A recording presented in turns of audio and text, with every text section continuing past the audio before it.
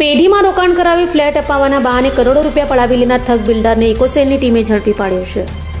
સુરતમાં ઠગાઈના અવનવા પેંતરા ઠગો અજમાવતા હોય છે ત્યારે સુરતના બિલ્ડર પિંકેશ સુરેશ પટેલે ઝાંગીરપુરા ખાતે આવેલ ગેલેક્સી ઇન્ફ્રાકોન પેઢીના ગેલેક્સી બંગલોઝમાં મકાન અપાવવાની વાત કરી ફરિયાદી પાસેથી 1.30 કરોડ રૂપિયા પડાવી લીધા હતા।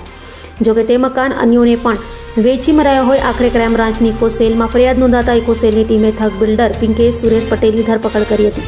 તો આરોપી વિરુદ્ધ અગાઉ પણ પાલ પોલીસ મથકમાં 3.22 કરોડની ઠગાઈની ફરિયાદ નોંધાઈ હોવાનું સામે આવ્યું છે। હાલ તો આરોપીની ધરપકડ કરી વધુ તપાસ ઇકોસેલે હાથ ધરી છે।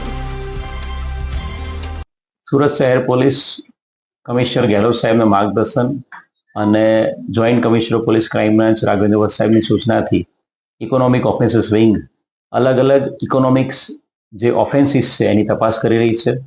સમગ્ર સુરત શહેરમાં ડાયમંડ રિલેટેડ ફ્રોડ કે ટેક્સટાઇલ રિલેટેડ ફ્રોડ કે જમીન રિલેટેડ કે કોઈ પ્રોજેક્ટ રિલેટેડ ફ્રોડની તપાસ ડાયરેક્ટલી ઇકોનોમિક ઓફેન્સીસ વિંગ કરી રહી છે।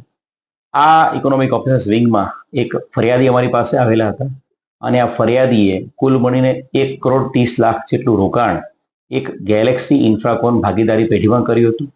ગેલેક્સી ઇન્ફ્રાકોન ભાગીદારી પેઢીમાં આજે ફરિયાદીએ છે એણે બે અલગ અલગ ઇન્સ્ટોલમેન્ટમાં સૌથી પહેલા 85 લાખ અને 15 લાખ એમ 1 કરોડનું રોકાણ એક ફ્લેટ માટે કર્યું હતું અને ફ્લેટનો દસ્તાવેજ આજે આરોપીઓ છે જે ગેલેક્સી ઇન્ફ્રાકોન ભાગીદારી પેઢીના જે મુખ્ય વ્યક્તિ પ્રિયાંક પટેલ, એની સાથે કિશોર પટેલ, પ્રતિક પટેલ, હર્ષલ પટેલ, નૈમિલ દડાવાલા, હિતેશ ઠાકોર પટેલ અને જેનો મુખ્ય જે આ આખી ભાગીદારી પેઢીનો મેઇન કરતા હતા પિંકેશ સુરેશભાઈ પટેલ, આ તમામ ભાગીદારી પેઢીના લોકોએ 1 કરોડ રૂપિયા ફરિયાદી પાસે લઈ લીધા હતા અને ફ્લેટનો વેચાણ દસ્તાવેજ અન્ય કોઈને કરી આપેલો હતો અને ત્યારબાદ એ ફ્લેટની જગ્યાએ એક નવો બંગલો એમને આપવાની વાત કરીને એક બંગલા માટે પણ એમની પાસેથી 30 લાખ, ફરિયાદી પાસે 30 લાખનું એક રોકાણ કરી લીધેલું હતું અને એ બંગલાનો પણ એમને દસ્તાવેજ કરી આપ્યો નહોતો।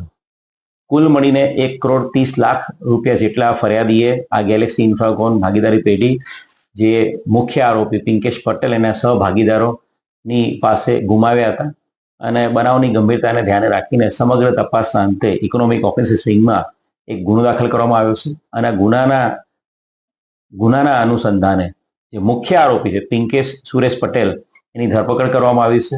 આરોપી હાલ રિમાન્ડ ઉપર છે। અન્ય આરોપીની હાલ શોધખોળ અને તપાસ તજવીજ ચાલુ છે। આરોપી પિંકેશ પટેલ છે એનો ગુનાહિત ઇતિહાસ પણ છે। આ જ પ્રકારની એક 3 કરોડથી વધુ અમાઉન્ટની ફોર્જરીનો, છેતરપિંડીનો અને ફોર્જરીનો ગુનો એની વિરુદ્ધમાં અડાજણ પોલીસ સ્ટેશનમાં પણ દાખલ થયેલો છે અને ઇકોનોમિક ઓફેન્સીસ વિંગમાં પણ આ જ આરોપી પિંકેશ પટેલ વિરુદ્ધમાં અન્ય 2 થી વધુ અરજીઓની તપાસો ચાલુ છે। અભય થઈને નિષ્પક્ષતાથી નિરપેક્ષ રીતે વાસ્તવિકતાનો અરીસો રૂપી સચોટ માહિતી લાવતો સત્યની સાથે અભય ટાઈમ્સ।